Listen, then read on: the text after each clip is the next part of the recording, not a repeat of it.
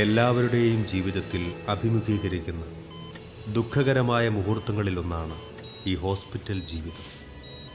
അനുകമ്പയും സ്നേഹവും കരുതലുമൊക്കെ രോഗി ആഗ്രഹിക്കുന്ന സമയം. ഇന്ന് മെഡിക്കൽ സയൻസ് അഭൂതപൂർവമായി വളരുന്നുണ്ട്. പക്ഷേ കമ്മിറ്റ്മെൻ്റ് ഇല്ലാതെ വരുന്ന ചിലർ വൈദ്യശാസ്ത്രത്തെ ദുരുപയോഗപ്പെടുത്തുന്ന വസ്തുത വേദനിപ്പിക്കുന്നു.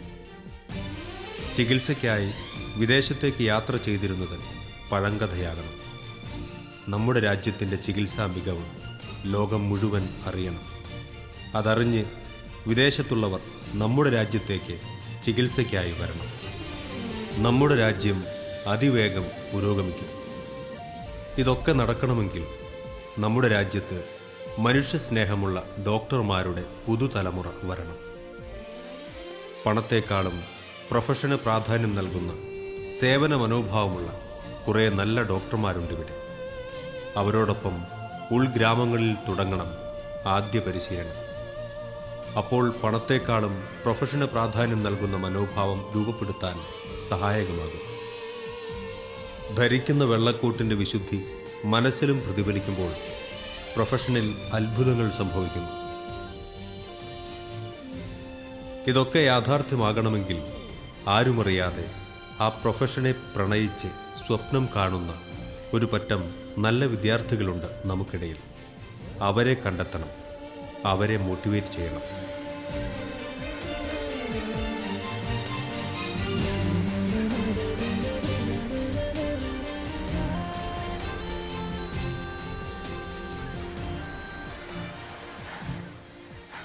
സാറേ, ഇന്നും MBBS-ൻ്റെ അലോട്ട്മെൻറ്റ് വന്നിട്ടില്ല സാറേ.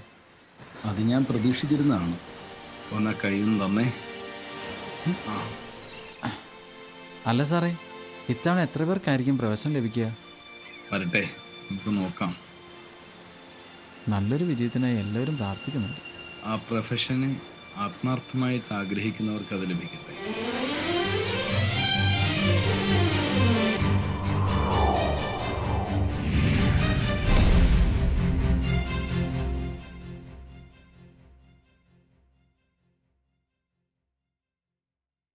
മകളെ, നിങ്ങൾ എയിം ചെയ്യുന്നത് ഡോക്ടറാകുക എന്നുള്ളതാണ് അല്ലേ? നാളത്തെ പ്രഭാതത്തിൽ റിസൾട്ട് വന്നു കഴിഞ്ഞാൽ നിങ്ങളുടെ ജീവിതം ഇതുവരെയുള്ള ജീവിതത്തിൽ നിന്നും തികച്ചും വിഭിന്നമായ ഒരു ലോകത്തേക്ക് നിങ്ങൾ മാറുകയാണ് അല്ലേ? നാളെ തീർച്ചയായിട്ടും, അതായത് ഇപ്പം നിങ്ങൾ പഠിച്ചുകൊണ്ടിരിക്കുക, നാളെ ഉറപ്പായിട്ട് മെഡിസിൻ എനിക്ക് ഈ പ്രാവശ്യം കിട്ടുമെന്ന് ഉറപ്പുള്ളവരൊന്ന് കൈ ഉയർത്തിക്കേ. സപ്പോസ് ദൈവം ഇപ്പോൾ സമയമായിട്ടില്ല എന്ന് കരുതി ഒരല്പം എക്സ്റ്റൻഷൻ അനുവദിച്ചു കഴിഞ്ഞാൽ ഉടനെ പിടച്ച് വീഴാത്ത എത്ര പേരുണ്ട് നിങ്ങളുടെ ഇവിടുത്തെ? നമ്മൾ മുൻകാലങ്ങളിൽ പഠിച്ചിരുന്ന പല ചേട്ടന്മാരുടെയും ചേച്ചിമാരുടെയും കഥ ഞാൻ നിങ്ങളോട് പറഞ്ഞിട്ടുണ്ട്. അവരൊക്കെ പലപ്പോഴും അവരുടെ അതുവരെയുള്ള അക്കാഡമിക് റെക്കോർഡ്സ് വെച്ച് നോക്കിക്കഴിഞ്ഞാൽ MBBS പോലുള്ള ഒരു സ്വപ്ന സ്ഥാനത്തേക്ക് പ്രവേശിക്കുവാനായിട്ട് യാതൊരു സാധ്യതയില്ലാഞ്ഞ ധാരാളം പിള്ളേർ നമ്മുടെ സ്ഥാപനത്തിൽ വന്ന് പഠിച്ച് കടന്നു പോയിട്ടുള്ളത് നിങ്ങൾക്കറിയാം. അവരൊക്കെ ആ കാലഘട്ടത്തിൽ അവർ അഭിമുഖീകരിക്കേണ്ട ഒരുപാട് പ്രതിസന്ധികളെ നേരിട്ടും ചിലപ്പോഴൊക്കെ കാത്തിരുന്നും ചിലപ്പോഴൊക്കെ കരഞ്ഞു പ്രാർത്ഥിച്ചും ഒക്കെ തന്നെയാണ് ഈ പ്രതിസന്ധികളെ കടന്നു പോയിട്ടുള്ളത്. ഇപ്പോൾ നമുക്ക് ഈ വർഷത്തെ റിസൾട്ട് വരാനായിട്ട് നമ്മൾ ഒരുങ്ങിയിരിക്കുമ്പോൾ കഴിഞ്ഞ ഒരു വർഷം നമ്മൾ ദീർഘമായിട്ട് പഠിക്കുകയും പ്രാർത്ഥിക്കുകയും കാത്തിരിക്കുകയൊക്കെ നമ്മൾ ചെയ്തിട്ടുണ്ട്. നമ്മൾ എക്സാം ഹാളിൽ ചെന്ന് എക്സാം ഹാളിൽ വെച്ച് മാത്രം പലപ്പോഴും തകിടം മറിഞ്ഞു പോയ പല കാര്യങ്ങളുണ്ട്. എക്സാം ഹാളിൽ വെച്ച് ചിലർ ബെറ്ററായി, ചിലർ അതുവരെയുള്ള പെർഫോമൻസിൽ നിന്ന് വീക്കായിപ്പോയി, അങ്ങനെ പലതും സംഭവിച്ചു. നമുക്ക് ചെയ്യാനായിട്ട് സാധിക്കുന്ന ഏക കാര്യം ദൈവത്തെ സ്വാധീനിക്കുക, അല്ലെങ്കിൽ ദൈവത്തെ ഇൻഫ്ലുവൻസ് ചെയ്യുക, ദൈവത്തിൽ സമ്മർദ്ദം ചെലുത്തുക എന്നുള്ളതാണ് നമുക്ക് ചെയ്യാനായിട്ട് പറ്റുന്ന ഏക കാര്യം. എന്നിട്ട് തമ്പുരാൻ്റെ തിരിഹിതം എന്താണ് അതനുസരിച്ച് ബെയർ ചെയ്യാനായിട്ടുള്ള ഒരു ആന്തരിക കപ്പാസിറ്റിയാണ് നമ്മൾ ഉണ്ടാക്കിയെടുക്കേണ്ടത്. ഇപ്പോൾ റിസൾട്ട് വരുമ്പോൾ കേരളത്തിലെമ്പാടും കുഞ്ഞുങ്ങൾ നെട്ടോട്ടമാണ് അല്ലേ? രാപകലില്ലാതെ ഒരുപാട് ഉറക്കമുളക്കുകയും പഠിക്കുകയും ചെയ്തിട്ട് റിസൾട്ട് പ്രതീക്ഷിച്ചിരിക്കുന്ന ധാരാളം കുഞ്ഞുങ്ങളുണ്ട്. നമുക്കറിയാം ഇതിന് ശേഷം എന്തൊക്കെ അനർത്ഥങ്ങളാണ് നാട്ടിലുണ്ടാകാനിരിക്കുന്നത്. പഠന കാലഘട്ടത്തിൽ തന്നെ പല കുട്ടികളും സൈക്കാട്രി പേഷ്യൻസ് ആകുന്നു, ചിലർ ആത്മഹത്യ ചെയ്യുന്നു, റിസൾട്ട് വന്നതിന് ശേഷം ആത്മഹത്യ ചെയ്യുന്നു, ചിലർ തങ്ങളുടെ ജീവിതം തകർന്നു എന്ന് വിചാരിക്കുന്നു. പക്ഷേ എൻ്റെ അനുഭവത്തിൽ, ഇന്ന് വരെയുള്ള അനുഭവത്തിൽ ക്രൈസ്റ്റ് കോളേജിലെ കുട്ടികൾ അങ്ങനെ ഒരു അവസ്ഥ അവർക്ക് ഉണ്ടാകുന്നത് ഞാൻ കണ്ടിട്ടില്ല. കാരണം പഠന കാലഘട്ടങ്ങളിൽ ഞാൻ അവരെ മെയിൻറ്റെയിൻ ചെയ്യുന്നത് ഇത് പറഞ്ഞു കൊടുത്തിട്ടാണ്, ദൈവത്തെ പറഞ്ഞു കൊടുത്തിട്ടാണ് അവരെ മെയിൻറ്റെയിൻ ചെയ്യുന്നത്. നിങ്ങൾ ആ രീതിയിൽ ദൈവത്തെ ആരാധിച്ചും പ്രാർത്ഥിച്ചും ദൈവത്തിൽ ആശ്രയിച്ചുമാണ് നിങ്ങൾ ഈ കാലഘട്ടം മുഴുവൻ മുന്നോട്ട് വന്നിട്ടുള്ളത്. അതുകൊണ്ട് തന്നെയാണ് ഞാൻ ആദ്യം സൂചിപ്പിച്ച പോലെ 65% 75%, 80% മലയാളം മീഡിയം വിദ്യാർത്ഥികൾ പലരെയും തകിടം മറിച്ചുകൊണ്ട് 1000-ൽ താഴെ റാങ്ക് മേടിച്ച് പലപ്പോഴും ക്രൈസ്റ്റ് കോളേജിൽ നിന്ന് അഡ്മിഷൻ എടുത്തിട്ടുണ്ട്. കഴിഞ്ഞ പരീക്ഷയിൽ അനൂപിനെ ഏതാണ്ട് 1100 റാങ്ക്, അനൂപിന് 1100 റാങ്കുണ്ട്. പക്ഷെ അവനെ സംബന്ധിച്ചിടത്തോളം +2ൻ്റെ മാർക്ക് 70% മലയാളം മീഡിയം. സ്കൂളിലും ഏതാണ്ട് അതേ പെർഫോമൻസുകാരനാണ്. പക്ഷേ എന്താണ് സംഭവിച്ചതെന്ന് വെച്ചാൽ ദൈവത്തിൽ ആശ്രയിക്കാനായിട്ട് നിരന്തരം പറഞ്ഞ് പ്രാക്ടീസ് ചെയ്യുകയും ഒപ്പം കഠിനമായ അധ്വാനത്തിനുള്ള അവസരങ്ങൾ അവന് നമ്മൾ ഇട്ടുകൊടുക്കുകയും ചെയ്തു കഴിഞ്ഞപ്പോൾ അത് രണ്ടും കൂടി അങ്ങ് മിക്സായി കഴിഞ്ഞപ്പോൾ എന്ത് പറ്റി, അവൻ്റെ കഴിവിനല്ല അതിനപ്പുറത്തേക്ക് അവൻ്റെ ആ ഒരു അസാധാരണമായ ജീനിയോസിറ്റിയിലേക്ക് അവൻ മാറിപ്പോകുന്ന ഒരു സിറ്റുവേഷനാണ് നമുക്ക് കാണാൻ സാധിച്ചത്. ഇത് തന്നെ നമ്മുടെ ജീവിതത്തിൽ സംഭവിക്കും കേട്ടോ. ചോദിക്കുവിൻ നിങ്ങൾക്ക് ലഭിക്കും, അന്വേഷിക്കുവിൻ നിങ്ങൾ കണ്ടെത്തും, മുട്ടുവിൻ നിങ്ങൾക്ക് തുറന്നു കിട്ടും. എന്നാൽ ചോദിക്കുന്ന ഏവനും ലഭിക്കുന്നു, അന്വേഷിക്കുന്ന ഏവനും കണ്ടെത്തുന്നു, മുട്ടുന്ന ഏവനും തുറന്നു കിട്ടുകയും ചെയ്യുന്നു. അതിൻ്റെ അടിസ്ഥാനത്തിൽ എനിക്ക് പറയാൻ വേണ്ടി പറ്റും, ഞാൻ നിങ്ങളെ മെയിൻറ്റെയിൻ ചെയ്തുകൊണ്ട് വരുമ്പോൾ ഇന്നല്ലെങ്കിൽ നാളെ നിങ്ങൾ നിശ്ചയമായിട്ടും ഡോക്ടർമാരാകും എന്നുള്ളതിന് എനിക്കൊരു സംശയമില്ല. നിങ്ങൾക്കുണ്ടോ സംശയം? അത് എപ്പോഴായി തീരും എന്നുള്ളതിൽ മാത്രമേ അല്ലേ, അത് ദൈവത്തെ he makes everything beautiful in his time. ദൈവം അവൻ്റെ സമയത്തെല്ലാം മനോഹരമായിട്ട് ചെയ്യുന്നു. ആ സമയം അങ്ങേയറ്റം വേഗത്തിൽ എത്തിച്ചേരാൻ വേണ്ടിയിട്ടാണ് നമ്മൾ പരിശ്രമിക്കുന്നത്. ലോകമെമ്പാടുമുള്ള മനുഷ്യർക്ക് ഈ ഡോക്ടറാകാൻ വേണ്ടിയിട്ട് ഇത്രയും വലിയ കൊതി വരാൻ കാരണം എന്താ? എന്തുകൊണ്ടാണ് ലക്ഷക്കണക്കിന് മനുഷ്യർ, അതായത് കേരളത്തിലെ ഏറ്റവും മിടുമിടുക്കന്മാർ മുഴുവൻ മത്സരിച്ച് നിന്നിട്ട് ഡോക്ടർമാരാകാനായിട്ട് പരിശ്രമിക്കുന്നതിൻ്റെ കാരണം എന്താ? ആ ഡോക്ടർ എന്ന പ്രൊഫഷൻ്റെ ഒരു മനോഹാരിത വേറെയാണ് അല്ലേ. കാരണം ജീവിതത്തിൻ്റെ ഓരോ സെക്കൻഡിലും നന്മ മാത്രം ചെയ്യാനായിട്ട് ഉള്ള ഒരു വിളി അതിനകത്തുണ്ട് അല്ലേ. ഒരുപക്ഷെ ഇന്നത്തെ ഡോക്ടർമാർ എല്ലാവരും ആ രീതിയിലല്ല ജീവിക്കുന്നതെങ്കിൽ പോലും നിങ്ങളെ അല്ലെങ്കിൽ ലോകത്തിലുള്ള ആയിരക്കണക്കിന്, 10,000-കണക്കിന്, ലക്ഷക്കണക്കിന് മനുഷ്യരെ അതിലേക്ക് ആകർഷിക്കുന്ന ഘടകം എന്താണെന്ന് ചോദിച്ചു കഴിഞ്ഞാൽ ഭൂമിയിലെ ഏഞ്ചൽസ് ആയിട്ട് ജീവിക്കാനായിട്ട് മനുഷ്യനെ സാധിക്കുന്ന ഒരു റെയറസ്റ്റ് ആയിട്ടുള്ളൊരു പ്രൊഫഷനാണ് ഡോക്ടറിൻ്റെത്. ഇവിടെ വെച്ച് വിജയിച്ചു കഴിഞ്ഞാൽ പിന്നെ 100 വയസ്സിൽ നിങ്ങൾ മരിക്കുന്ന സമയം വരെയും നിങ്ങളുടെ അടുത്ത് വരുന്ന മനുഷ്യർക്ക് വേണ്ടിയിട്ട് നിങ്ങൾ നല്ലവരാണെങ്കിൽ നിങ്ങൾക്ക് നന്മ ചെയ്യാനായിട്ട് സാധിക്കും അല്ലേ. ഓരോ മനുഷ്യരുടെയും ജീവിത കാലയളവ് വേണമെങ്കിൽ നീട്ടിക്കൊടുക്കാൻ സാധിക്കും. നിങ്ങളുടെ കയ്യിൽ വന്നില്ലെങ്കിൽ നാളെ മരിക്കാൻ സാധ്യതയുള്ള മനുഷ്യൻ നിങ്ങളുടെ അടുത്ത് വരുന്നത് കൊണ്ട് മാത്രം ഒരു 20 വർഷത്തേക്ക് 25 വർഷത്തേക്ക് ജീവിതം എക്സ്റ്റെൻഡ് ചെയ്ത് കൊടുക്കാനായിട്ട് സാധിക്കുന്ന എർത്തിലെ ഏഞ്ചൽസ് ആയിട്ട് മാറാൻ വേണ്ടി പറ്റുന്ന ഒരു പ്രൊഫഷനാണ് നിങ്ങൾക്ക് കിട്ടാനായിട്ട് പോകുന്നത്. നാളത്തെ ദിവസം ചിലപ്പോൾ അതിനുള്ള മണിമുഴങ്ങുന്ന ദിവസമാണ്. നാളെ അതിന് സജ്ജരാണോ നിങ്ങൾ?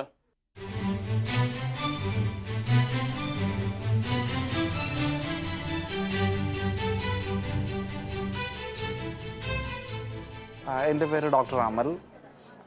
ഞാൻ ക്രൈസ്റ്റ് കോളേജിലെ ആദ്യത്തെ വിദ്യാർത്ഥിയാണ്, ക്രൈസ്റ്റ് എൻട്രൻസ് കോച്ചിങ് സെൻറ്ററിലെ. ഇപ്പോൾ 2003 MBBS ബാച്ചിൽ ഞാൻ എൻട്രൻസ് എഴുതി കയറി. 2009-10 പാസ് ഔട്ടായി. ഇപ്പോൾ ഗവൺമെൻറ് സർവീസിലായി. കഴിഞ്ഞ 6 കൊല്ലത്തിലേറെയായിട്ട് മുഹമ്മ ESI ഡിസ്പെൻസറിയിൽ മെഡിക്കൽ ഓഫീസറായിട്ട് ഇപ്പോൾ വർക്ക് ചെയ്യുന്നു. ഞാൻ ഡോക്ടർ നെഡ്സി. ഞാൻ ക്രൈസ്റ്റ് കോളേജിലെ 5ാമത്തെ ബാച്ചിലാണ് പഠിച്ചിരുന്നത്. ഞാൻ 2007-ലാണ് അഡ്മിഷൻ എടുത്തത്. ഗോകുലം മെഡിക്കൽ കോളേജിലാണ് ഞാൻ പഠിച്ചിരുന്നത്. ഞാൻ 2012 എൻ്റെ കോഴ്സ് കഴിഞ്ഞു. ഇപ്പം ഞാൻ ചേർത്തല ESIയിൽ മെഡിക്കൽ ഓഫീസറായിട്ട് വർക്ക് ചെയ്യുന്നു. ഞാൻ ക്രൈസ്റ്റ് എൻട്രൻസ് കോച്ചിങ് സെൻറ്ററിലെ ആദ്യത്തെ വിദ്യാർത്ഥിയാണ്. ആദ്യം എനിക്ക് +2 കഴിഞ്ഞ് ആദ്യം എൻട്രൻസ് എഴുതിയപ്പോൾ എഞ്ചിനീയറിങ്ങിനാണ് അഡ്മിഷൻ കിട്ടിയത്. അപ്പോൾ ആ സമയത്ത് ഞാൻ എഞ്ചിനീയറിംഗ് അഡ്മിഷൻ എടുത്തു. അന്ന് അവിടെ പഠിപ്പിക്കുന്ന സബ്ജക്റ്റുകൾ കണക്ക് എനിക്ക് വളരെയധികം ബുദ്ധിമുട്ടായൊരു സബ്ജക്റ്റായിരുന്നു.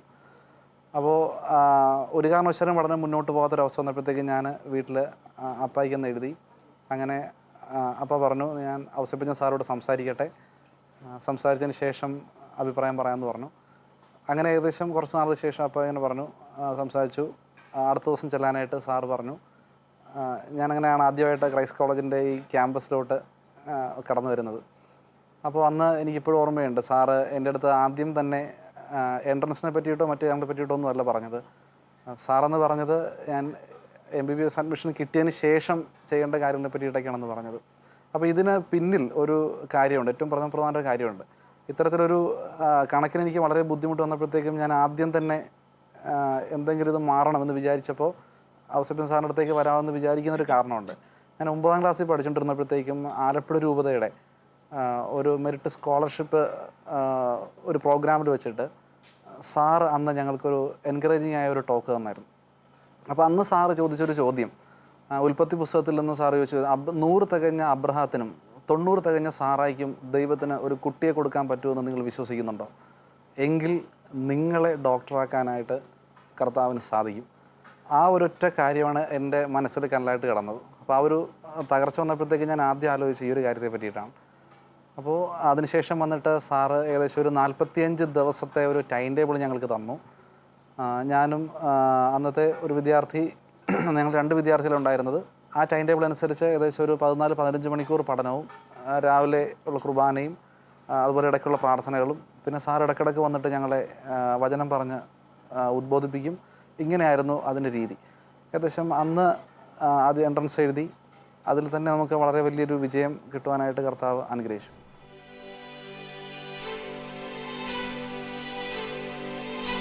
വെല്ലൂർ മെഡിക്കൽ കോളേജിൽ വർഷങ്ങളായിട്ട് കുട്ടികളെ എടുക്കുമ്പോൾ അവർ വെറുതെ പഠിക്കാൻ കഴിയുന്ന ആൾക്കാരെ മാത്രമല്ല അവർ അവിടെ പ്രവേശിപ്പിക്കുന്നത്. Even Bangalore saint John's medical കോളേജിലും 5 ദിവസത്തെ ഇൻ്റർവ്യൂ ആണ്.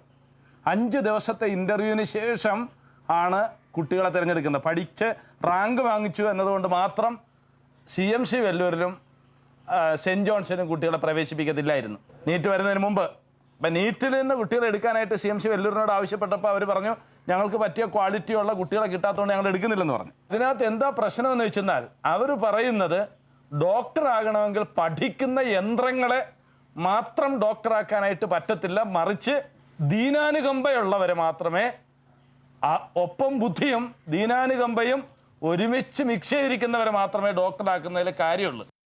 ഇന്നത്തെ പരീക്ഷാ രീതികളിൽ ആ ഫാക്ടർ കൈകാര്യം ചെയ്യാൻ വേണ്ടി പറ്റുന്ന ഒരു ഭാഗം ഇല്ലാത്തത് കൊണ്ട് പഠിക്കുന്ന യന്ത്രങ്ങളെ മാത്രമേ, പഠിപ്പിസ്റ്റുകളെ മാത്രമേ ഡോക്ടറാക്കാൻ പറ്റത്തുള്ളൂ.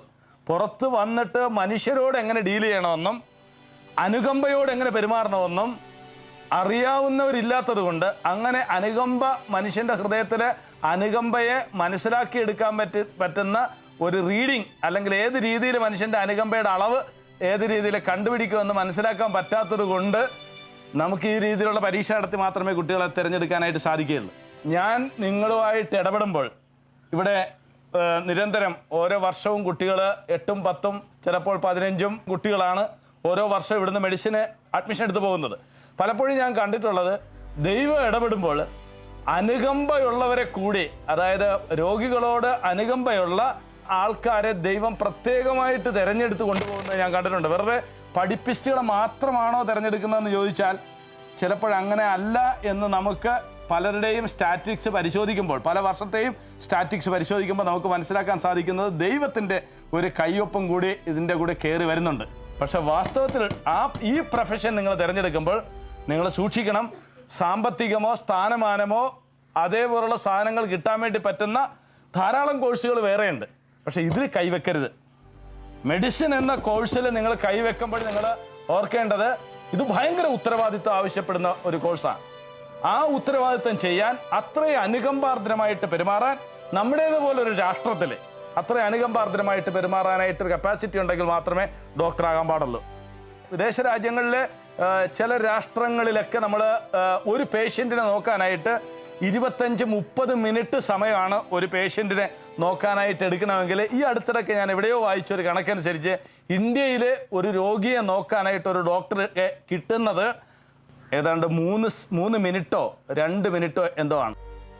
കാരണം ധാരാളം മനുഷ്യരുണ്ട്, അത്രയും ഡോക്ടർമാരില്ലാത്തത് കൊണ്ട് ഒരു രോഗിയും ഒരു ഡോക്ടറുമായിട്ട് 2-3 മിനിറ്റ് മാത്രമേ ഡോക്ടർക്ക് ഇൻ്ററാക്ട് ചെയ്യാനായിട്ട് പറ്റത്തുള്ളൂ. അതുകൊണ്ട് രോഗനിർണയത്തിൽ കൃത്യമായ ഒരു തീരുമാനം എടുക്കാനായിട്ട് പലപ്പോഴും ഡോക്ടർക്ക് കഴിയാതെ പോകും. ഡോക്ടറുടെ അടുത്തുനിന്ന് പല സിംറ്റംസ് സ്കിപ്പ് ചെയ്തു പോകും. അങ്ങനെ സംഭവിക്കാതിരിക്കാൻ ഡെവലപ്ഡ് നേഷൻസിന് വേറെ കാര്യമാണ് ചെയ്യുന്നത്. ഇവിടെ ഒപ്പം ധനാഗമന മാർഗം എന്ന രീതിയിൽ മാത്രമായിട്ട് പേഷ്യൻസിനെ കാണുന്ന ഒരു സിറ്റുവേഷനും കൂടി വരുമ്പോൾ ധാരാളം പേഷ്യൻസ് അവൈലബിൾ ആയിരിക്കുന്നത് കൊണ്ട് മിനിമം ടൈം ഒരു പേഷ്യൻറ്റിൻ്റെ കൂടി ചെലവഴിക്കുന്ന ഒരു സാഹചര്യം വരികയും അതിൻ്റെ പരിണിതഫലമായിട്ട് വളരെയധികം കോംപ്ലിക്കേഷൻസ് ഉണ്ടാകുന്ന ഒരു സിറ്റുവേഷൻ വരും. പൊന്നുമക്കൾ പഠിച്ചിരിക്കേണ്ടത്, ഞാൻ ചെയ്യാൻ വേണ്ടി പോകുന്ന പ്രൊഫഷൻ ദൈവത്തിൻ്റെ കരവും ദൈവത്തിൻ്റെ ഹൃദയവുമായിട്ട് ഭൂമിയിൽ പെരുമാറുന്ന ഒരു പ്രൊഫഷനാണ് ഞാൻ എടുക്കാനായിട്ട് പോകുന്നത്. ഇതിൻ്റെ മഹാത്മ്യം മനസ്സിലാക്കിക്കൊണ്ട് വേണം അതിനകത്തോട്ട് പ്രവേശിക്കാനായിട്ട്. ഇവിടെ വന്നപ്പോൾ പല കുട്ടികളും എനിക്ക് നിങ്ങളുടെ ഫീഡ്ബാക്കുകൾ എഴുതി തന്നപ്പോൾ ഒരു ഡോക്ടറെ കുറിച്ചുള്ള നിങ്ങളുടെ സ്വപ്നം പലരും എനിക്ക് എഴുതി തന്നിട്ടുണ്ട്. നിങ്ങളുടെ ഫീഡ്ബാക്ക് പേപ്പേഴ്സ് എൻ്റെ കയ്യിൽ ഇരിപ്പുണ്ട്. അപ്പോൾ എനിക്ക് മനസ്സിലാക്കാൻ സാധിച്ചത്, പലർക്കും ഈ പ്രൊഫഷൻ കയ്യിൽ കിട്ടിയാൽ പലരുടെയൊക്കെ സ്വപ്നത്തിൽ മദർ തെരേസയൊക്കെയാണ് കിടക്കുന്നത്.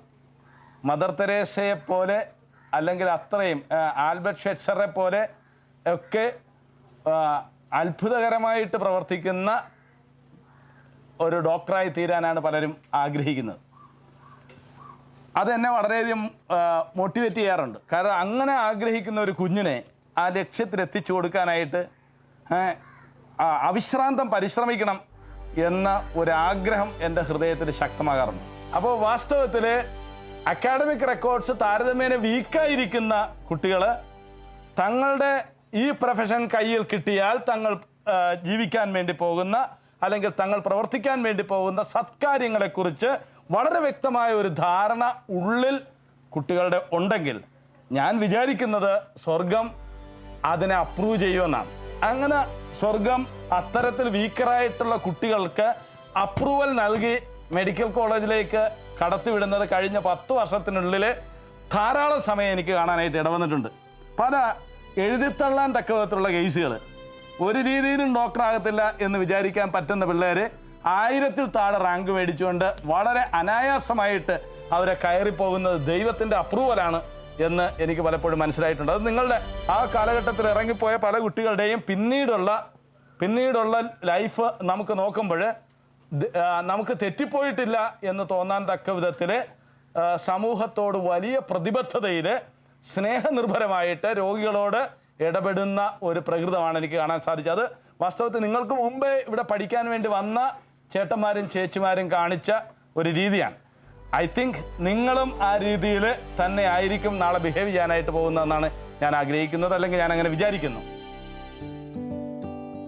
നമസ്കാരം. നമ്മളിപ്പോൾ നിൽക്കുന്നത് ആലപ്പുഴയിലെ തുമ്പോളിയിലെ ക്രൈസ്റ്റ് കോളേജിൽ നിന്നാണ്. അപ്പം അതിൻ്റെ വളരെ മനോഹരമായ ഒരു ക്യാമ്പസാണിത്.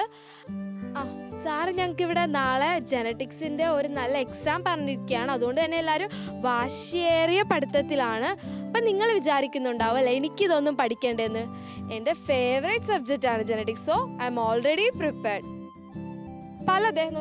പല ജില്ലകളിൽ നിന്നുള്ള ഒത്തിരി കുട്ടികളുണ്ട് ഇവിടെ. അപ്പോൾ നമുക്ക് എല്ലാവരെയും ഒന്ന് പരിചയപ്പെടാം. പത്തനംതിട്ട പുനലൂരിൽ നിന്നുള്ള ഒരു കുട്ടിയാണിത്. നമുക്ക് അവളോട് ചോദിക്കാം.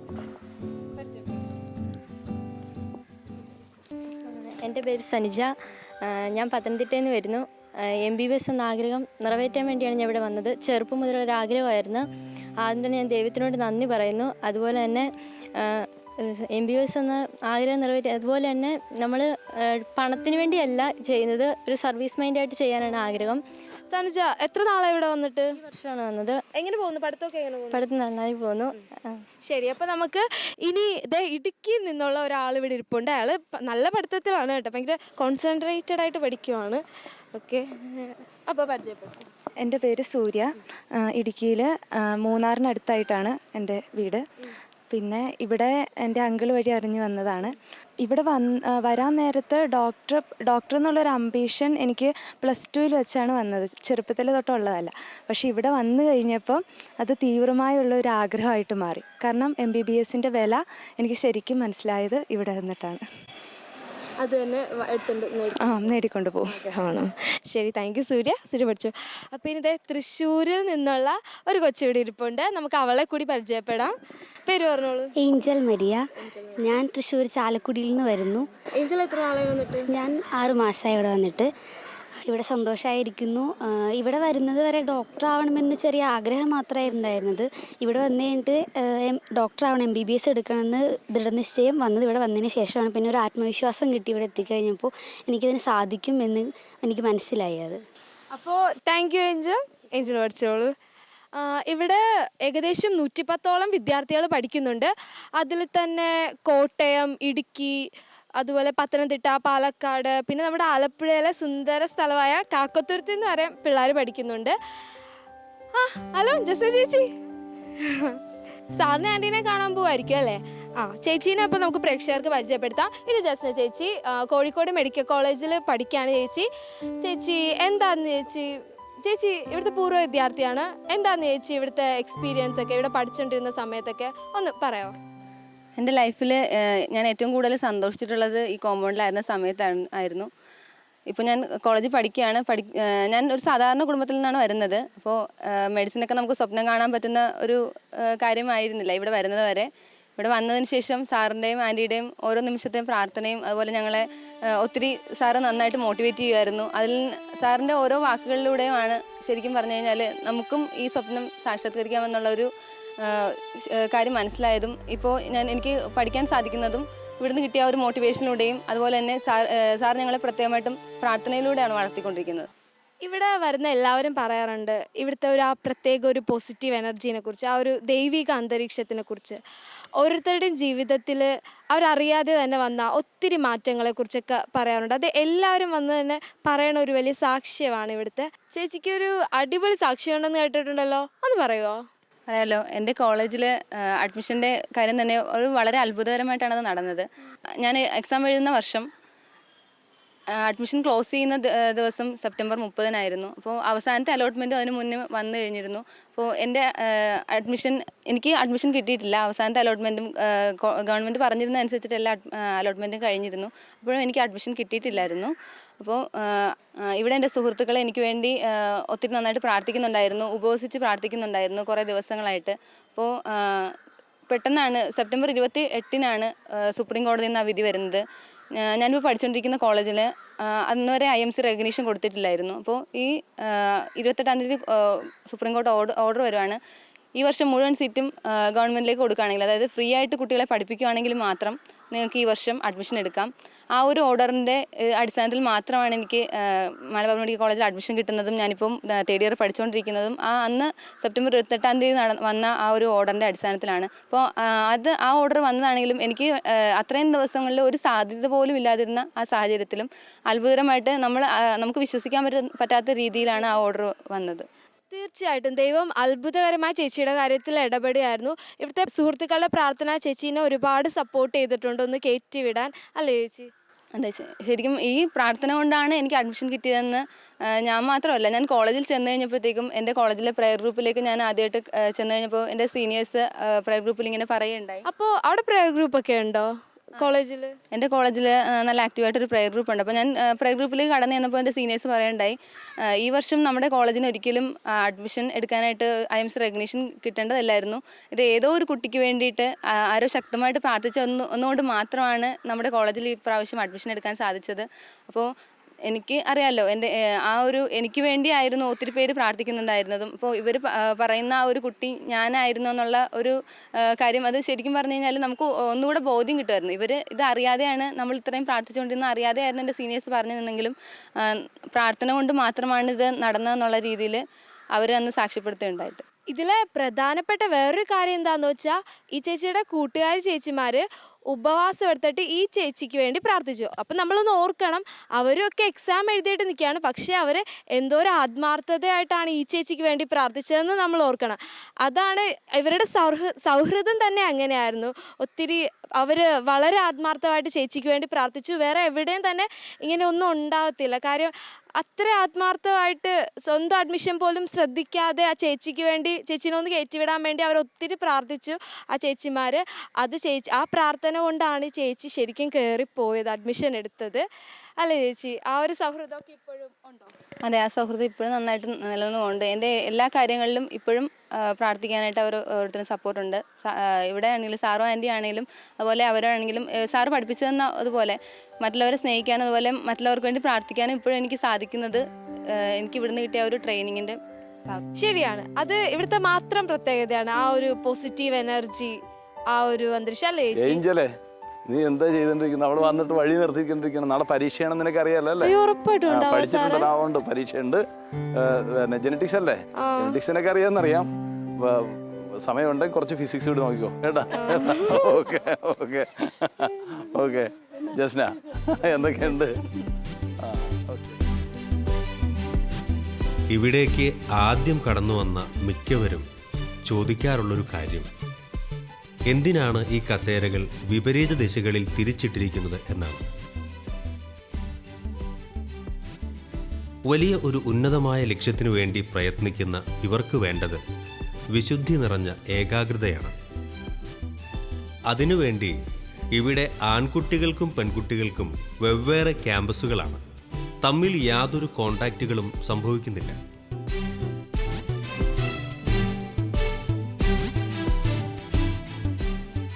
ഇവരുടെ സ്വപ്നങ്ങൾ ഡൈവേർട്ട് ആകാതിരിക്കാൻ ഇത് അത്യാവശ്യമാണെന്ന് വിദ്യാർത്ഥികൾ തന്നെ സമ്മതിക്കുന്നത് കാണുമ്പോൾ ഡോക്ടർ പ്രൊഫഷൻ എന്ന ഇവരുടെ ലക്ഷ്യത്തിലേക്ക് വളരെയേറെ അടുത്തെത്തിക്കഴിഞ്ഞിരിക്കുന്നു എന്ന് മനസ്സിലാക്കാൻ സാധിക്കും.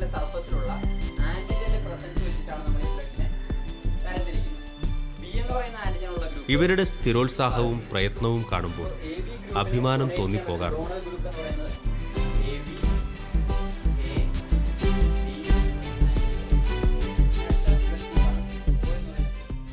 ഞങ്ങളുടേതൊരു കൂട്ടുകുടുംബമാണ്. ഇതാണ് എൻ്റെ ഭാര്യ, ഡോക്ടർ വിനീത, ഹോമിയോ ഡോക്ടറാണ്. ഇത് ഭാര്യയുടെ അനിയത്തി സാന്ദ്ര വർഗീസ്. മകളുണ്ട് നിവേദ്യ ഔസേപ്പച്ചൻ. ഇത് അനിയത്തിയുടെ കുഞ്ഞാണ് നയ വർഗീസ്.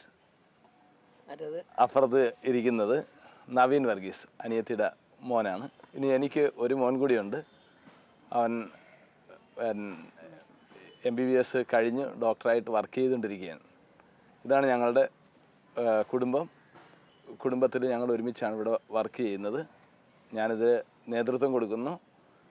കുടുംബത്തിൻ്റെ മുഴുവൻ സപ്പോർട്ടോടുകൂടിയാണ് കാര്യങ്ങൾ പോകുന്നത്. ഭാര്യ മുഴുവൻ സമയം ഈ കുഞ്ഞുങ്ങളെ നോക്കിക്കൊണ്ടും ഈ ബാഹ്യമായ അന്തരീക്ഷങ്ങൾ ഇതിനു വേണ്ടിയിട്ട് ക്രമീകരിച്ചുകൊണ്ടും കൂടെയുണ്ട്. അതുപോലെ സാന്ദ്രയും ഏറെക്കുറെ മുഴുവൻ സമയത്തും ഈ കുഞ്ഞുങ്ങളുടെ വിജയത്തിന് വേണ്ടിയിട്ടും അവരുടെ ആ ഭൗതികവും ആത്മീയവുമായിട്ടുള്ള പുരോഗതിക്ക് വേണ്ടിയിട്ടും സദാ പ്രവർത്തിച്ചുകൊണ്ടിരിക്കുന്നു. സാറേ, ഇത് കണ്ടോ, ഫേസ്ബുക്കിൽ വന്നതാണ്. ഞാനിത് വായിച്ചു നോക്കിയപ്പോൾ ഇഷ്ടമായി. നമ്മുടെ ഇവിടെ നിന്ന് പഠിച്ച ഒരു കൊച്ച് ഇട്ടതാണ്. ഫേസ്ബുക്കിലൊക്കെ പോസ്റ്റ് ഇട്ടോ? പോസ്റ്റ് ഇട്ട്. അത് ശരിയാ. ഓക്കെ, ഞാനത് വായിച്ച് നോക്കിയിട്ട് വിളിക്കാം. Okay sir.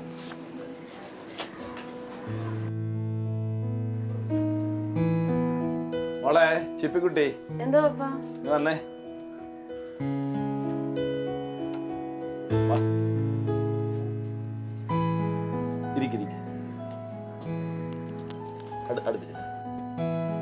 ഇത് നമ്മുടെ ശാന്തി കൃഷ്ണയില്ലേ, 2014 ശാന്തി കൃഷ്ണയുടെ ഒരു ഫേസ്ബുക്ക് പോസ്റ്റാണ്. നല്ല രസമുണ്ട്. അവള് നമ്മുടെ സ്ഥാപനത്തെക്കുറിച്ചൊക്കെ ചില കാര്യങ്ങളൊക്കെ മെൻഷൻ ചെയ്തിട്ടുണ്ട്. ഒന്ന് വായിച്ചേ സിൽഫ, ഒന്ന് വായിക്കേ. ഞാൻ ശാന്തി കൃഷ്ണ, ഗവൺമെൻറ് മെഡിക്കൽ കോളേജ് കൊച്ചിയിലെ 3ാം വർഷ MBBS വിദ്യാർത്ഥിനി. ഒരുപാട് കുട്ടികൾ മോഹിച്ച MBBS സീറ്റ് ഞാൻ നേടിയെടുത്തതിന് പിന്നിൽ ഒരു വലിയ ചെറിയ കഥയുണ്ട്. ഒരുപാട് വേദനയും കണ്ണീരുമൊക്കെയായി ജീവിതം തന്നെ വെറുത്തുപോയ ഒരു കാലഘട്ടത്തിൻ്റെ കഥ.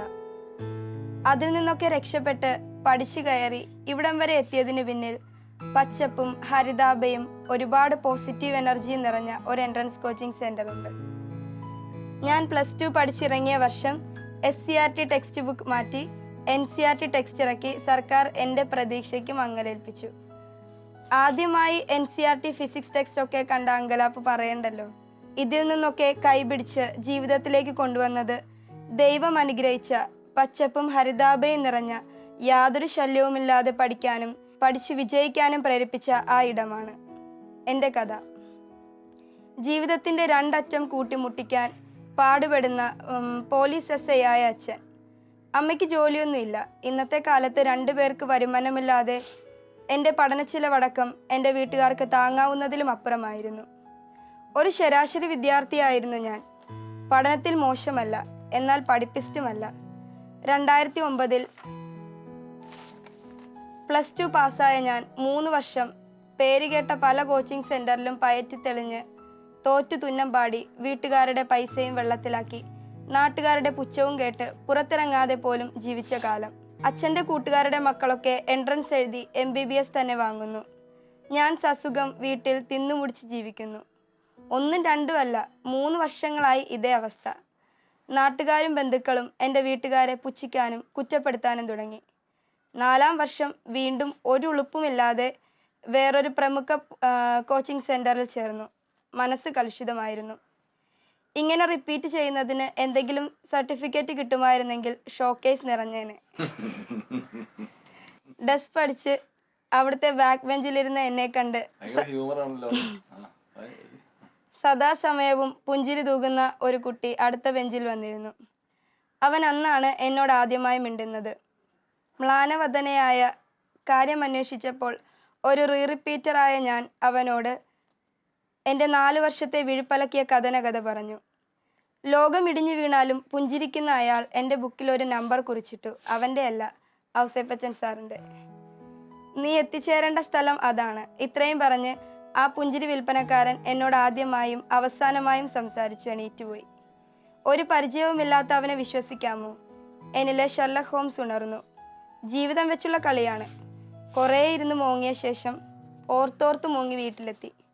അന്നാദ്യമായി എൻ്റെ അമ്മൂമ്മയെ ഞാനൊരു ചെകുത്താൻ്റെ രൂപത്തിൽ കണ്ടു. കുറേ നാൾ കൂടി എന്നെ കാണാൻ വന്ന അമ്മൂമ്മ പറഞ്ഞത് കേട്ട് ഞാൻ ഞെട്ടി. നമ്മുടെ കിച്ചുവിന് ഒരാലോചന വന്നു. ചെക്കൻ പോലീസ് SI ആണ്, നല്ല കുടുംബം. ജാതകം ഞാൻ നോക്കിച്ചു, നല്ല പൊരുത്തം. നിന്റെ അഭിപ്രായം എന്താ? കൃഷ്ണനോടിത് പറയാൻ കൂടിയാ ഞാൻ വന്നത്. അവൻ പെൻഷൻ പറ്റാറായില്ലേ? വയ്യ കുഞ്ഞെ, മുട്ടുവേദനയാ. കാല് തിരുമ്മി കൊടുത്തുകൊണ്ടിരുന്ന എനിക്ക് അമ്മൂമ്മയെ കാലേ വാരി നിലത്തടിക്കാൻ തോന്നി. അവൾ കുഞ്ഞല്ലേ അമ്മ. ഒരു കട്ടൻ കാപ്പി പോലും ഇടാൻ അറിയാത്ത അവൾ എന്തിന് സ്വന്തമായി കുളിക്കണമെന്ന് പോലും ചിന്തയില്ലാത്ത ഇവളെയൊക്കെ കെട്ടിച്ചു വിട്ടിട്ട് ഞങ്ങൾ പഴി കേൾക്കണോ? അമ്മയുടെ മറുപടി. അവിടെ ആ നിമിഷം ഭൂമി പിളർന്ന് പാതാളത്തിലേക്ക് വീണാലും ഞാൻ സന്തോഷിച്ചേനെ. കണ്ണ് നിറഞ്ഞുപോയി. റൂമിൽ കയറി കഥകടച്ചു. ചത്ത് കളഞ്ഞാലോ എന്ന് പോലും ആലോചിച്ചു. അപ്പോഴാണ് മേശപ്പുറത്തെ പുസ്തകത്തിൽ ആ ക്ലാസ്സിൽ വെച്ച് പുഞ്ചിരിക്കാരൻ കുറിച്ചിട്ട ഫോൺ നമ്പർ എൻ്റെ ശ്രദ്ധയിൽപ്പെട്ടത്. അമ്മയുടെ ഫോൺ ഒളിച്ചെടുത്ത് ഔസേപ്പച്ചൻ സാറിൻ്റെ നമ്പർ ഡയൽ ചെയ്തു. അടുക്കളയിൽ നിൽക്കുന്ന ട്രോളർമാർ കേൾക്കാതെ പതിഞ്ഞ സ്വരത്തിൽ സാറിനോട് എന്തൊക്കെയോ പറഞ്ഞു. ആ സുന്ദര സായാഹ്നത്തിൽ സാർ ഒരു കടപ്പുറത്തൂടെ നടക്കുമായിരുന്നു എന്ന് പിന്നീട് എപ്പോഴോ പറഞ്ഞു. കുട്ടി അച്ഛനുമായി നാളെ തന്നെ തുമ്പോളിക്ക് വന്നോളൂ. ഉള്ളിലൊരു പിടച്ചിൽ. ജീവിതത്തിൽ ആദ്യമായി സ്വന്തമായി എടുത്ത തീരുമാനം അച്ഛനോട് അവതരിപ്പിച്ചു. പിറ്റേന്ന് തന്നെ പെട്ടിയും കിടക്കയും എടുത്ത് ക്രൈസ്റ്റിലേക്ക്. പിന്നെ 1 വർഷം. ജീവിതത്തിൽ ആദ്യമായി ഞാൻ പ്രാർത്ഥിക്കാൻ പഠിച്ചു അവിടെ വെച്ച്. എൻ്റെ കൂടെ 10ാം ക്ലാസ് വരെ പഠിച്ച റെനിയെ കണ്ടു. അവൾ സന്തോഷത്തോടെ കൂടെ കൂട്ടി. അങ്ങനെ ഞാനും അവിടുത്തെ മകളായി. ഇടയ്ക്കിടെ സാറിനെ കാണാനായി മുൻപ് പഠിച്ച വിദ്യാർത്ഥികൾ വരും. കഷ്ടപ്പെട്ട് പഠിച്ച് ഡോക്ടർമാരായ അവരെ ആരാധനയോടെ നോക്കി നിന്നിട്ടുണ്ട്. 2 അമലേട്ടന്മാർ, വിമലേട്ടൻ, ഡയാന ചേച്ചി, സമീറ, സീലിയ, സാറിൻ്റെ മോൻ നിർമ്മലേട്ടൻ, അങ്ങനെ ഒരുപാട് പേരുണ്ട്. അവരുടെയൊക്കെ കഥ ആൻറ്റി പറയും. ഒന്നുമില്ലായ്മയിൽ നിന്ന് പൊരുതി പഠിച്ച ദൈവത്താൽ തിരഞ്ഞെടുക്കപ്പെട്ട ഡോക്ടർമാരുടെ കഥ. അതൊക്കെ 4 വർഷം പോയ എനിക്ക് ഊർജമായിരുന്നു. ആ കുറച്ച് മാസങ്ങൾ, ഓഗസ്റ്റ് മുതൽ ജനുവരി വരെ, ഞാൻ രാവിനെ പകലാക്കി പഠിച്ചു. ഹോം സിക്നെസ് വേട്ടയാടിയിരുന്നു. എൻ്റെ മുന്നിൽ വെച്ച് എൻ്റെ വീട്ടുകാരെ സാറും ആൻറ്റിയും പടിയടച്ച് പിണ്ടം വെച്ച് യാതൊരു ഡിസ്റ്റർബൻസും കൂടാതെ പഠിക്കാൻ അവർ ചെയ്തു തന്നത് ആദ്യം കുറച്ച് വിഷമത്തോടെയാണെങ്കിലും ഒരനുഗ്രഹം തന്നെയായി ഭവിച്ചു. പരീക്ഷാ ദിനം എത്തി. പുതിയൊരു പരീക്ഷാ സമ്പ്രദായം നിലവിൽ വന്നു. നീറ്റ്. അടിപൊളി. 4 വർഷം കേരള എഴുതിയത് കിട്ടിയില്ല. അപ്പോളാ ഇനി നാഷണൽ ലെവൽ. തകർന്ന് തരിപ്പണമായ എന്നെ സാർ പച്ചയ്ക്ക് നല്ലത് പറഞ്ഞു. എൻ്റെ പ്രതീക്ഷ ടെൻഷൻ അടിച്ച് നീ അസ്ഥാനത്താക്കരുതെന്ന് ആൻറ്റിയും പറഞ്ഞു. പിന്നീട് അങ്ങോട്ട് നന്നായി കഷ്ടപ്പെട്ട് തന്നെ പഠിച്ചു. ഒരു ശരാശരി വിദ്യാർത്ഥിയായിരുന്നു ഞാൻ എന്നോർക്കണം. ഇനി കാവിലെ പാട്ട് മത്സരത്തിന് വീട്ടിൽ നിന്ന് വിടില്ല എന്നും ഒരുത്തൻ്റെ കൂടെ ഉടനെ കെട്ടിച്ചു വിടുമെന്നും ഉള്ളത് മുന്നിൽ കണ്ട് മാതാവിനെ വിളിച്ച് പഠിച്ചു തുടങ്ങി. ഇടയ്ക്കിടയ്ക്ക് ആൻറ്റിയെ ശല്യപ്പെടുത്തും. ഇതെനിക്ക് പറഞ്ഞിട്ടുള്ള പണിയല്ല, എനിക്ക് കിട്ടില്ല, ഞാൻ പഠിപ്പ് നിർത്തുക. കയ്യാലപ്പുറത്തെ തേങ്ങ പോലെ ഇരുന്ന എന്നെ മോട്ടിവേറ്റ് ചെയ്യാനും എൻ്റെ വെപ്രാളത്തെ ഹാൻഡിൽ ചെയ്യാനും ആൻറ്റി പെടാപ്പാട് വിട്ടു. നീറ്റ് ക്വാളിഫൈ ചെയ്താൽ MBBS, കേരള ക്വാളിഫൈ ചെയ്താൽ BDS. കാറ്റുപോയ ബലൂൺ പോലെയായി ഞാൻ. വീണ്ടും തീരുമാനമെടുക്കേണ്ട സമയം വന്നു. നീറ്റ് മാത്രം എഴുതാം എന്ന എൻ്റെ തീരുമാനത്തെ ആരും പഴിക്കരുതേ എന്ന് മാതാവിനോട് പ്രാർത്ഥിച്ചു. സാറിന് സന്തോഷമാണ് ഉണ്ടായത്. അങ്ങനെ കയ്യാലപ്പുറത്തെ തേങ്ങ എല്ലാവരുടെയും അനുഗ്രഹം വാങ്ങി പരീക്ഷ എഴുതി. വൈകുന്നേരം പത്രവായനയിൽ മുഴുകിയിരുന്ന സാറിൻ്റെ മുന്നിലൂടെ വടക്കുനോക്കി യന്ത്രത്തിലെ ശ്രീനിവാസനെ പോലെ ആൻറ്റിക്ക് മുഖം കൊടുക്കാതെ റൂമിലേക്ക് പോയി. പിറ്റേന്ന് ആൻസർ കീയിലേക്ക് നോക്കി. വലിയ പ്രതീക്ഷയൊന്നുമില്ല. കേരള എക്സാം എഴുതാതെ ഇരുന്ന ദിവസത്തെ ശപിച്ചു. നാട്ടുകാരുടെ പുച്ഛം കാണാനുള്ള ത്രാണിയില്ലായിരുന്നു. പെടാപ്പാട് വിട്ടു. ഒരു വൈകുന്നേരം സാറിൻ്റെയും ആൻറ്റിയുടെയും കൂടെ ഇരുന്നപ്പോൾ എൻ്റെ സുഹൃത്ത് വിളിച്ചു പറഞ്ഞു, ഡി റിസൾട്ട് വന്നു. നിനക്ക് നീറ്റിന് റാങ്ക് 628 ഉണ്ട്. കോമഡി അതല്ലടാ, നീ കൊമഡ്ക്കെ ഡിസ്ക്വാളിഫൈഡ് ആയി. വെള്ളിടി വെട്ടിയ പോലെ ഞാൻ വിയർത്തു. സാറിൻ്റെ മുഖത്ത് 1000 പൂർണ്ണചന്ദ്രന്മാർ ഉദിച്ചു. ആൻറ്റി മാതാവിന് നന്ദി പറഞ്ഞു. ഞാൻ കുറച്ചു നേരം ബോധമില്ലാതെ ഇരുന്നുപോയി. എങ്ങനെ നന്ദി പറയണമെന്നറിയാതെ തരിച്ചിരുന്നു പോയി. അവർക്ക് ഗുരുദക്ഷിണ കൊടുക്കാൻ എൻ്റെ റാങ്ക് മാത്രമേ ഉണ്ടായിരുന്നുള്ളൂ. പിന്നെ ബോധം വീണ്ടെടുത്തപ്പോൾ കുറച്ച് കണ്ണീരും. ഇതെഴുതുമ്പോൾ പോലും കണ്ണ് നിറയുന്നുണ്ട്. നന്ദിയോടെ നിർത്തുന്നു.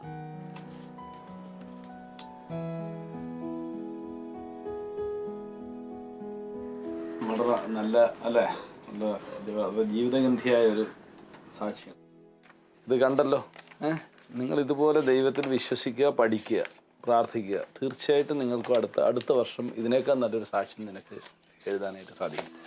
എനിക്ക് വളരെ സന്തോഷം തോന്നുന്നു. കാര്യം വാസ്തവത്തിൽ ഇങ്ങനെയൊക്കെ തന്നെയാണ് അവളുടെ കാര്യത്തിൽ സംഭവിച്ചത്.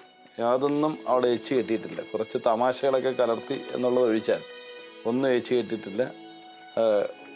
ശരിയായിട്ട് തന്നെ അവൾ ഇത് എഴുതിയിട്ടുണ്ട്. ചിപ്പിക്കുട്ടിയും ഇത് പ്രചോദനമാകേണ്ടതാണ്. പലരുടെയും കഥ ഞാൻ നിങ്ങളോട് പറഞ്ഞു തരാറുണ്ട്. എന്നാൽ ഇത് പിന്നെ അവൾ ഫേസ്ബുക്കിൽ തൻ്റെ സത്യാവസ്ഥ എഴുതി വിട്ടു എന്ന് പറയുമ്പോൾ അവളുടെ ഒരു നിഷ്കളങ്കമായ ഒരു സ്നേഹം കൂടി ഇതിനകത്ത് പ്രകടമാകുന്നുണ്ട്. I love hair. കൊള്ളാം അല്ലേ? സന്തോഷമായില്ലേ ഇത് കണ്ടത്? അവരിപ്പോൾ വിളിച്ച് വായിപ്പിച്ചത് കൊണ്ടൊരു ഉത്തേജനം ഉണ്ടായി അല്ലേ? ഗുഡ്. മറ്റുള്ളവർക്കും ഒക്കെ ഇത് ഒന്ന് കാണിച്ചു കൊടുക്കണേ കേട്ടോ. അവിടെ ഉള്ളവർക്കൊക്കെ വേണമെങ്കിൽ ഒന്ന് വായിക്കാൻ കൊടുക്കുന്നത് ഒരു മോട്ടിവേഷൻ ആയിരിക്കും. ചെല്ലുന്നു.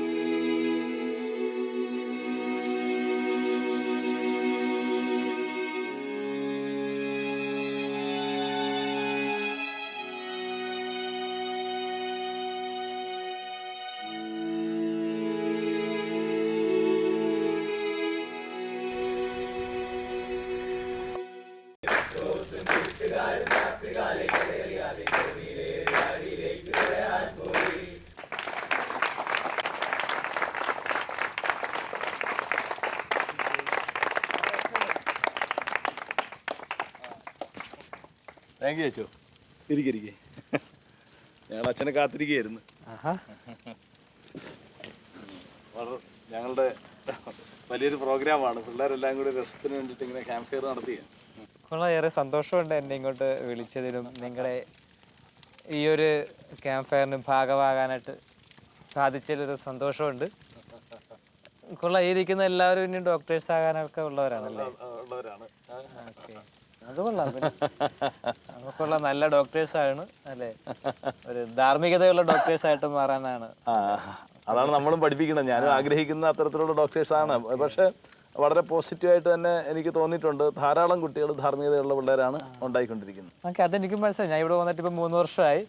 3 വർഷമായിട്ട് ഇപ്പോൾ തുമ്പൊളിപ്പുള്ളി ഇടവകയിലെ കൊച്ചച്ഛനായിട്ട് വന്നിട്ട് സാറിന് ആദ്യം തന്നെ പരിചയപ്പെട്ടപ്പോൾ തന്നെ പിന്നെ ഇതുമായിട്ടൊക്കെ അതൊക്കെ മുമ്പ് തന്നെ കുറച്ച് കേൾക്കുമായിരുന്നു. രൂപതയിൽ അംഗമായതുകൊണ്ട് രൂപതയിലെ ഒരു പ്രവർത്തനം, നല്ല രൂപതയിലെ സ്ഥാപനം എന്ന നിലയിൽ എനിക്കിതിനെക്കുറിച്ചൊക്കെ നന്നായിട്ടൊക്കെ കേട്ട് പരിചയമുണ്ടായിരുന്നു. പിന്നെ ഇവിടെ വന്ന് പഠിച്ച് മനസ്സിലാക്കിയപ്പോൾ കൂടുതൽ താല്പര്യം തോന്നി. നിങ്ങളുടെ ഇവിടെ നടത്തുന്ന ഒരു എന്താ പറയുക സേവനം പോലെയാണ് ഇവിടെ പിള്ളേരെ അവരുടെ നന്മയ്ക്ക് വേണ്ടി നിസ്വാർത്ഥമായിട്ട് സേവനം ചെയ്യുന്ന ഔസേപ്പച്ചൻ സാറിനെ കുറിച്ച് കേട്ടപ്പോൾ ഏറെ സന്തോഷമുണ്ട്. പിന്നെ എന്താ പാതി വഴി മെഡിസിൻ പാതി വഴി ആക്കിയത് ഒരു ദൈവാനുഗ്രഹമാണെന്ന് തോന്നുന്നു. തീർച്ചയായിട്ടും എനിക്ക് അങ്ങനെ തോന്നുന്നുണ്ട്. കാരണം അത് വാസ്തവത്തിൽ ഞാനിങ്ങനെ ഒരു എൻട്രൻസ് കോച്ചിങ് സെന്റർ നടത്താൻ വേണ്ടിയിട്ട് നിർത്തിപ്പോന്നതല്ല, മറ്റു ചില കാര്യങ്ങൾ കൊണ്ട് MBBS പകുതി വഴിയിൽ ഞാൻ നിർത്തേണ്ടി വന്നതാണ്. പക്ഷെ ഇവിടെ വന്നു കഴിഞ്ഞപ്പോൾ അതൊരു ഭാഗ്യമായി മാറിയെന്ന് എനിക്ക് തോന്നി. കാരണം അനവധി പേര് മെഡിസിൻ്റെ അതിലേക്ക് കടന്നു പോകാൻ എൻ്റെ ഈ നാട്ടിൽ തന്നെ ധാരാളം പേര് കടന്നു പോകാനായിട്ട് അത് കാരണമായി തീർന്നു. ഓക്കെ, ഞാൻ വന്നപ്പോൾ പറഞ്ഞു ഇപ്പോൾ ഇവിടെ വന്നിട്ട് തുമ്പുളിയിൽ നിന്ന് തന്നെ 14ഓളം ഡോക്ടേഴ്സ് നമ്മുടെ പള്ളിയുടെ ഈ വിസിനിറ്റിയിൽ നിന്ന് തന്നെ 14 ഡോക്ടേഴ്സ് ഉണ്ട്. നമ്മുടെ പള്ളിയുടെ ഈ തീരദേശത്ത് തന്നെയാണ് 9 പേരുണ്ട്. കേരളത്തിൽ എവിടെയെങ്കിലും അങ്ങനെയൊക്കെ ഉണ്ടാകുന്നുള്ളത് നമുക്ക് തന്നെ ഒരു സംശയമാണ്. ഇത്രയും പെട്ടെന്ന് ഇത്രയും ഇടയിൽ ഞാനും അങ്ങനെ ചിന്തിച്ചിട്ടുണ്ട്. നമ്മൾക്കിപ്പോൾ അറിയാം ഇപ്പോഴത്തെ മെഡിക്കൽ ഫീൽഡിലൊക്കെ ഒരുപാട് ക്രൈംസ് ഒക്കെ നടക്കുന്നത്. അപ്പോൾ അതുപോലെ നിങ്ങളാകരുത്. ഔസേപ്പച്ചൻ സാറിൻ്റെ നേതൃത്വത്തിൽ പ്രാർത്ഥനാ ചൈതന്യത്തിലൂടെയാണ് നിങ്ങളെല്ലാവരും വളർന്നു വരിക, ഇത് കോച്ചിങ്ങിലൂടെ കടന്നു പോയിക്കൊണ്ടിരിക്കുന്നത്.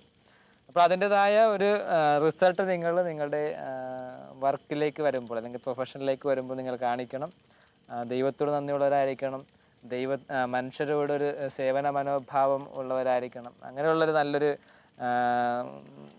സമൂഹത്തിന് സേവനം ചെയ്യുന്ന നല്ല ഡോക്ടേഴ്സായിട്ടൊക്കെ മാറാൻ ആഗ്രഹിക്കുകയാണ്, പ്രാർത്ഥിക്കുകയാണ്. നിങ്ങൾക്ക് എല്ലാവിധ ആശംസകളൊക്കെ നേരുകയാണ്. ഏറെ സന്തോഷം. ഇനിയും ഒരുപാട് പേരെ അല്ലേ, കാരണം സ്വപ്നം കാണുന്ന ഒരുപാട് മക്കളുണ്ട്, MBBS ആകണം, ഡോക്ടറാകണം. പക്ഷെ പല സാമ്പത്തികമായ ബുദ്ധിമുട്ട് മൂലം അല്ല പഠിക്കുവാനുള്ള സാഹചര്യങ്ങളില്ലാത്തത് മൂലം ഒരുപാട് പേരുടെ സ്വപ്നങ്ങൾ പൊലിഞ്ഞു പോകുന്നതായിട്ടൊക്കെ നമ്മൾ കാണുന്നുണ്ട്, വായിക്കുന്നുണ്ട്, കേൾക്കുന്നുണ്ട്. അപ്പോൾ ഇങ്ങനെയുള്ള ആരോഗ്യമില്ലാത്തവരെ സഹായിക്കുവാനും അവരുടെ സ്വപ്നങ്ങളൊക്കെ പൂവണിയിക്കുവാൻ ഈ ഒരു സ്ഥാപനത്തിന് കഴിയട്ടെ. സാറിൻ്റെ എല്ലാ പ്രയത്നങ്ങൾക്കും കഴിയട്ടെ എന്ന് ആശംസിക്കുന്നു, പ്രാർത്ഥിക്കുന്നു. ഞങ്ങളെ കഴിയുന്ന വൈദികർ എന്ന നിലയിൽ ഞങ്ങളെ കഴിയുന്ന എല്ലാ സഹായവും വാഗ്ദാനം ചെയ്യുകയും ചെയ്യുന്നു. ഞാൻ കയറി വന്നപ്പോൾ നല്ല മനോഹരമായ ഒരു പാട്ട് കേട്ടു, നല്ല രസമുണ്ടായിരുന്നു കേൾക്കാനായിട്ട്. ഒന്നുകൂടി കേൾക്കാനായിട്ട് നമ്മുടെ പത്രോസും കൂട്ടുകാരും ആദ്യമായിട്ടാണ് മറ്റൊരാൾ ഈ പാട്ട് പാടണമെന്ന് നമ്മളോട് ആവശ്യപ്പെട്ടിരിക്കുന്നത്. ഇതൊരു ചാൻസ് ആണ്. അച്ഛനിങ്ങനെ ആവശ്യപ്പെട്ടതാണ്, എടുത്തടുക്കി. 1 2 3 4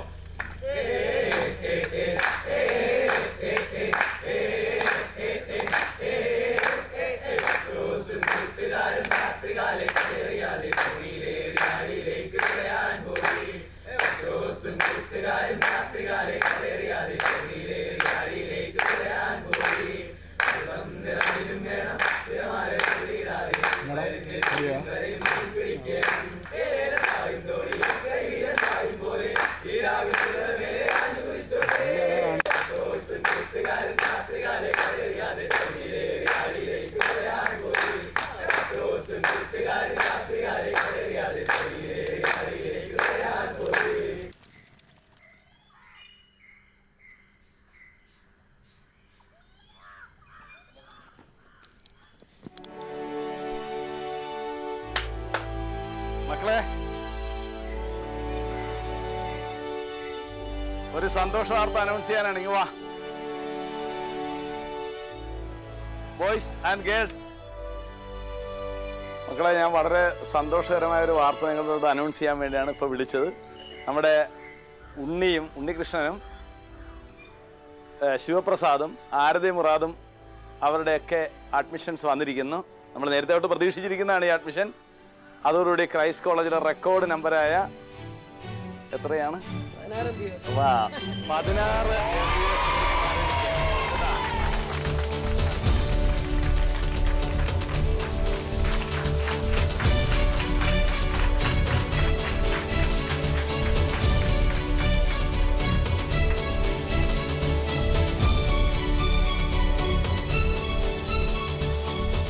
പ്രിയമുള്ളവരെ, നമ്മളുടെ ക്രൈസ്റ്റ് കോളേജിൻ്റെ ഏറ്റവും സന്തോഷകരമായ നിമിഷങ്ങളിൽ, നമ്മുടെ ക്രൈസ്റ്റ് കോളേജിൽ നമ്മൾ ചിലവഴിക്കുന്നതിൽ വെച്ച് ഏറ്റവും സന്തോഷകരമായ നിമിഷങ്ങളിലൂടെയാണ് നമ്മൾ കടന്നു പോകുന്നത്.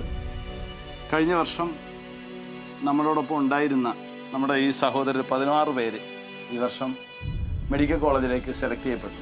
നിങ്ങൾ ഇപ്പോൾ ഏകദേശം നമ്മളൊരു 100ഓളം പേര് ഇവിടെയുണ്ട്. എല്ലാവരും ആ സ്വപ്നം കണ്ടുകൊണ്ടാണ് ഇതിനകത്ത് ചിലവഴിക്കുന്നത്. ഒരു വർഷത്തെ കഠിനമായ അധ്വാനത്തിന് നിങ്ങൾ വിധേയരാകുന്നത്, എന്തും ചെയ്യാനായിട്ട് നിങ്ങൾ തയ്യാറാകുന്നത് ഈ സ്വപ്ന സാക്ഷാത്കാരത്തിന് വേണ്ടിയിട്ടാണ്.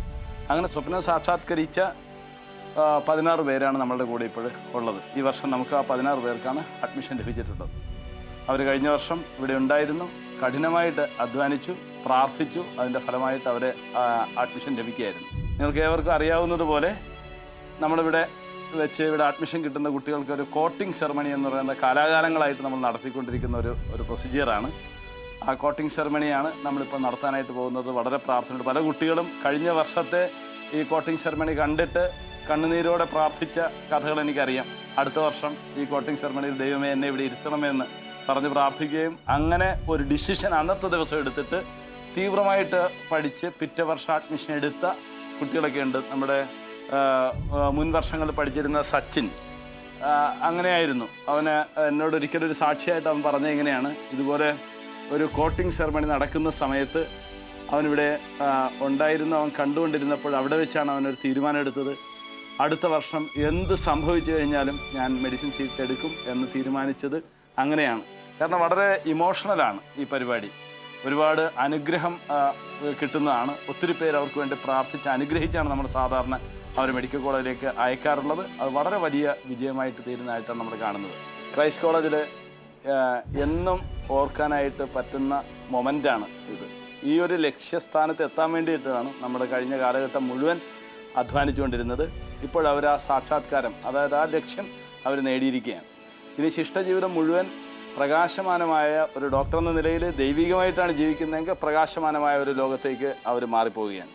നമുക്ക് അതിൻ്റെ ഒരു ബാഹ്യ അടയാളം എന്ന രീതിയിൽ പരിശുദ്ധിയുടെ വെളുത്ത വസ്ത്രം അവളെ ധരിപ്പിച്ചുകൊണ്ട് ആ ലോകത്തേക്ക്, അതായത് ഇനി ശിഷ്ടജീവിതം മുഴുവൻ അവൾ സ്പെൻഡ് ചെയ്യേണ്ട ഡോക്ടർ എന്ന ആ ഒരു പ്രൊഫഷനിലേക്ക് അവളെ ഇൻട്രൊഡ്യൂസ് ചെയ്യാണ്.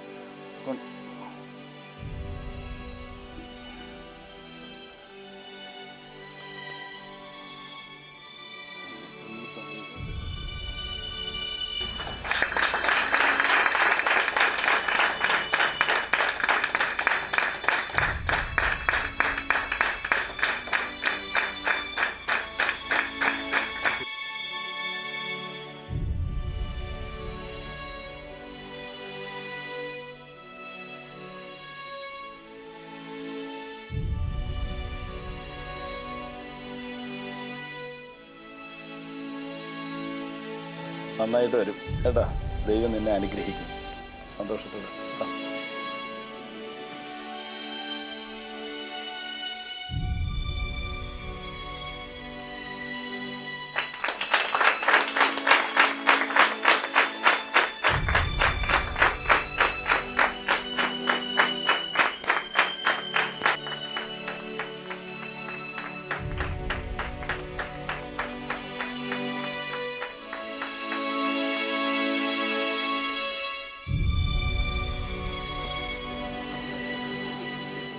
നന്നായി വരും കേട്ടോ. വിശുദ്ധയായ ഡോക്ടറായി വരും. സത്യം.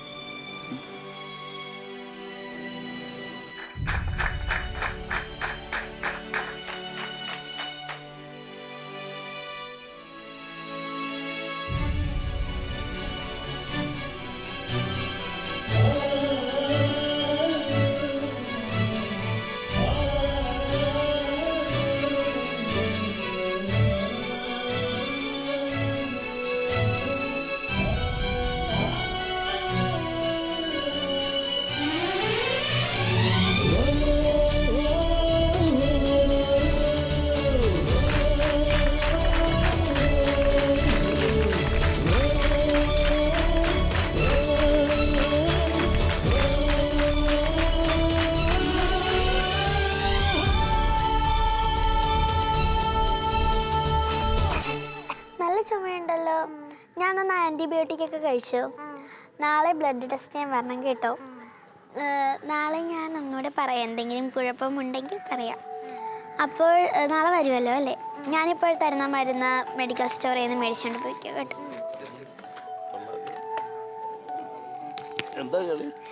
ഡോക്ടർ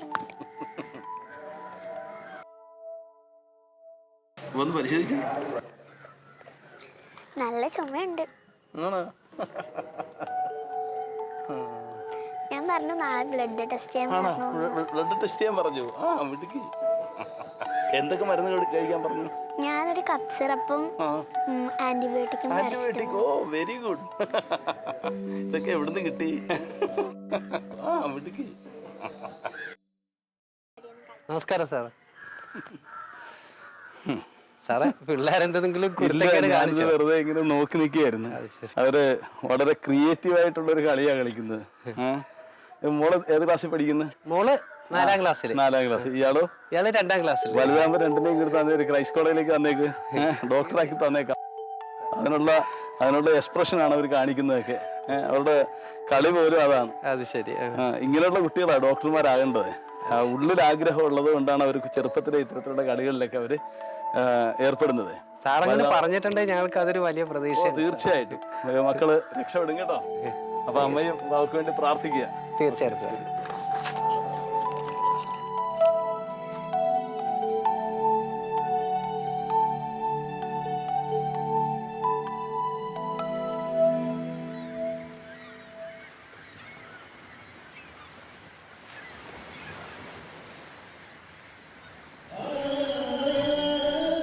ഇന്ന് തുമ്പോളിയുടെ ഈ കടൽ തീരത്ത് ഇങ്ങനെ നിൽക്കുമ്പോൾ ആത്മാഭിമാനം തോന്നുന്നു. ചുരുങ്ങിയ കാലത്തിനുള്ളിൽ കുറേ നല്ല ഡോക്ടർമാരാണ് ഈ പ്രദേശത്തിൻ്റെ അഭിമാനമായി മാറിയത്. കേരളത്തിലൊന്നാകെ ആ തിരയിളക്കത്തിന് ആരംഭം കുറിച്ചു കഴിഞ്ഞു. ഇനി നോക്കിക്കോ, നമ്മുടെ മുന്നിൽ ചികിത്സിക്കാൻ വരുന്നത് മാലാഖമാരായിരിക്കും. അതെ, സ്റ്റെത്തും കൊട്ടുമണിഞ്ഞ ഏഞ്ചൽസ്.